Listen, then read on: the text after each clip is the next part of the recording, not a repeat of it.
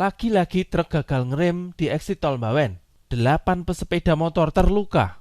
Kenapa ini terus terjadi? Dari arah utara, setelah melewati area wisata Dusun Semilir, jalan mulai menurun. Gradiennya sekitar 5%, tidak begitu ekstrim. Sekitar 800 meter kemudian, kendaraan bertemu pertigaan Jalan Nasional Bawen. Lalu, 500 meter setelahnya ada lampu merah exit tol. Artinya, dalam jarak sekitar 1,3 km turunan, truk yang mungkin sudah melaju cukup cepat harus berhenti total di persimpangan berlampu. Kecelakaan memang jarang disebabkan hanya satu faktor. Bisa gabungan dari faktor manusia, faktor kendaraan, dan juga desain jalannya. Jarak pandang sebenarnya cukup, sekitar 200 meter. Masalahnya ini turunan. Di turunan butuh gaya pengereman yang lebih besar. Kalau rem tidak prima, sudah panas, atau pengemudi mengerem seperti di jalan datar, disitulah gagal mengerem bisa terjadi. Sebenarnya memang sedang dibuat solusi permanen. Dibuatnya exit tol Ambarawa yang akan dibuka fungsional saat lebaran tahun ini. Setelah beroperasi penuh, simpang exit tol Bawen ini akan ditutup.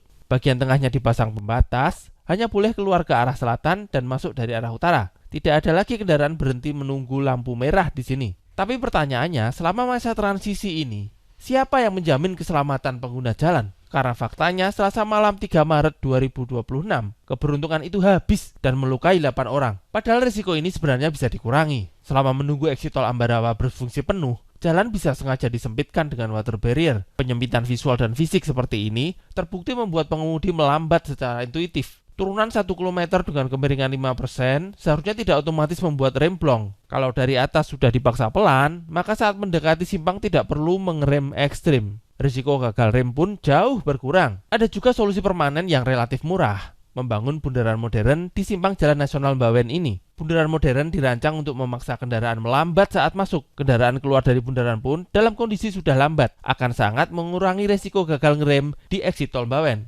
Bukan asal bundaran mak ceprot bikin tugu di tengah-tengah ya. Itu nggak bener. Kebanyakan bundaran di Indonesia itu malah mementingkan tugunya di tengah bundaran yang hanya bagus secara estetik, bukan mementingkan geometri, marka, dan pengendalian kecepatan. Akhirnya ya tetap berbahaya, akan menambah anggapan buruk terhadap pemakaian bundaran itu sendiri. Sudah ada panduan dan banyak contohnya di luar negeri. Di Indonesia contoh bundaran yang dibuat menggunakan konsep bundaran modern sejauh ini baru terlihat di kawasan IKN. Mungkin ada yang lain. Kalau kawan pernah lihat bundaran modern, tulis di komentar ya. Beberapa ciri utama seperti ini. 1. Titik pusat bundaran berada di tengah atau sedikit di kanan masing-masing jalan pendekat. 2. Ada pulau pemisah sebelum masuk. 3. Marka yang jelas. 4. Adanya apron truk. Desain yang baik tentu akan menambah unsur keselamatan. Sampai kapan keselamatan hanya digantungkan pada statistik dan keberuntungan semata?